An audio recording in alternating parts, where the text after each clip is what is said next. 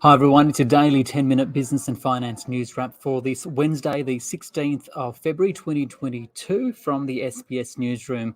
Later, house prices may actually not fall as much as first thought. We'll tell you why. Economists at the ANZ think there might be a softer landing for the housing market and maybe not so much of an impact on the economy, given the rising interest rate environment. But first to the share market and a bit of a focus on lithium. The ASX 200 up 1.1%, 7,284. The best performer was lithium producer Liontown, up 18% following a supply deal with Tesla. James Gerrish, the portfolio manager at Shaw & Partners and author of Market Matters. I spoke with him and I first asked him, though, about what drove the share market. Yeah, there's a lot going on, Ricardo. There's no doubt about that. I think it's up, obviously, because we've had some easing of issues between Russia and Ukraine, I guess to a small degree. We've had US markets up overnight. And we've also had Australia's third largest company, CSL, report some strong earnings, or stronger than the market expected today. And that stock is trading sort of 7% higher at time of recording. The biggest mover, though, on the 200 today is a company called Liontown Resources. It signed a supply deal with Tesla to provide lithium. So what's your take on this space, given so many stocks in lithium have had a pretty solid run-up in 2021?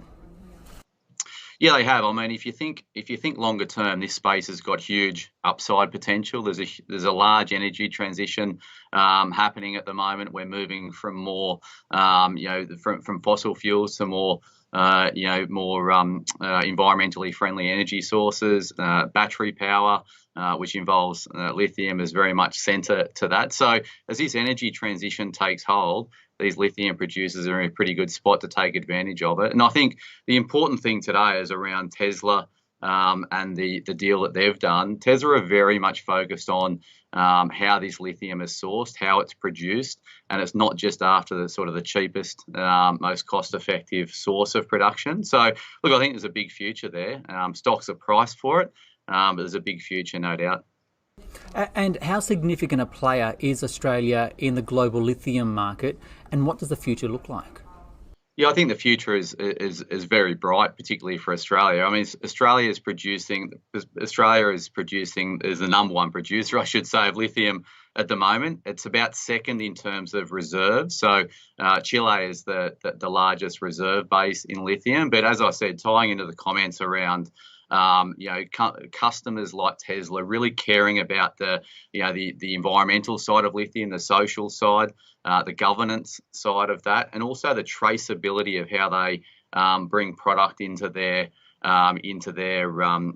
production space is really key. So Australia is front and centre of that. So it's a major player in the space globally. Okay, you mentioned briefly CSL earlier. Profit reporting season rolls on. Any others catch your attention?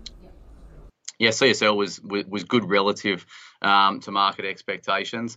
I think, if I think generally on the market today, we've got some smaller players reporting results. So EML Payments, which is a company that's been hurt in the last 12 months, has had a pretty difficult update today. It was down early, but it's rallied into the close. So that's an interesting one on really low, coming up from low levels. There's CSL is obviously the dominant one on the market today that I think has been the real driver of what's played out in the market. Oil is now trading at an 8-year high. It's approaching 100 US. What's going on here, and what are the implications? So the short-term drivers are obviously what's happening in Ukraine and Russia, given Russia is a major supplier of oil. But if you think a little bit longer term, and the genesis of the recent rally in oil comes down to the energy transition I spoke of earlier. So when you've got a movement sort of away from more traditional energy sources, there's less money going into the the ground in those sources. So, but this energy transition is going to take time. So we're seeing a period where supply is not ramping up as much as it potentially should, meeting with higher demand as the globe comes out of this pandemic and prices rise. And I think that's the biggest story. So it's all about the energy transition and a lack of new investment going into the space. Finally, we get the jobs report out tomorrow. I think CompSec's expecting a new 14-year low of 4%. It'll likely guide the RBA as to when the first interest rate rise in this cycle will be, but rates are obviously rising globally. So how will this all impact the way you invest? Yeah, unemployment, the market is expecting 4.2% unemployment. Some economists like CommSec are a little bit more bullish than that. It's a really key thing from an investment standpoint. If you think about interest rates going up, that has influences on many sectors of the Australian economy. From a stock perspective, these high valuation growth stocks tend to struggle. The more cyclically orientated companies tend to perform better. So in an environment of rising rates, commodities typically do better. It's supportive of banks. Banks have been under pressure because of weakness in margin. So low interest rates have a negative impact on bank margins. So higher interest rates are actually a positive tailwind for the banking space. So it's not all doom and gloom. As long as interest rates don't ratchet up faster than the market's anticipating. The market's already factoring in 4 interest rate hikes this year. The RBA is saying that's not going to happen. Economists are sort of predicting half of that. So right now the market is really bullish on rates. In my view, it probably won't turn out to be that case. So the market's already positioned for higher rates. So I don't think this is going to come as a huge surprise with the unemployment rate tomorrow, unless it's a large outlier of a number. James Gerrish there from Shaw and Partners. He's also an author of Market Matters. From the share market, let's go to the housing market. And ANZ has revised its forecast for housing prices from a 6% gain this year up to 8%. But then it expects house prices nationally to fall instead of 3.5% by 6%. However, the bank doesn't expect it will hit the economy as strongly as some people have expected. And of the capitals, it says that Brisbane will outperform, prices up by 16% this year, and then down by 3% in 2023, but that's less than the other capitals. So for more, I spoke earlier with ANZ senior economist Felcity Emmett. Well, what we're forecasting is that house prices will continue to rise through 2022 and then fall about 6% in 2023. Now, if we're right with our forecast, that 6% will follow a 30% increase between October 2020 and December 2022. Now, when seen in that sort of context, I think 6% is a pretty soft landing. And that's really because higher rates are going to be offset by some of the stronger fundamentals in the broader economy. Okay, so what are some of those broader fundamentals? Because we seem to have this perception that interest rates are invariably linked to house price growth. No, absolutely. I mean, interest rates will weigh on the housing market. It will mean people can borrow less with the same sort of income. So it does have a negative effect. But we have to keep in mind that we know that unemployment is low and already falling. Wages are set to rise. Households are extraordinarily cashed up post the pandemic and really willing to spend. And also we have the borders reopening this year, and that will bring in migrants. And that's part of something that's been missing really for the last few years. But what about the issue of affordability? Because those still wanting to get into the market will still have to pay these stronger prices.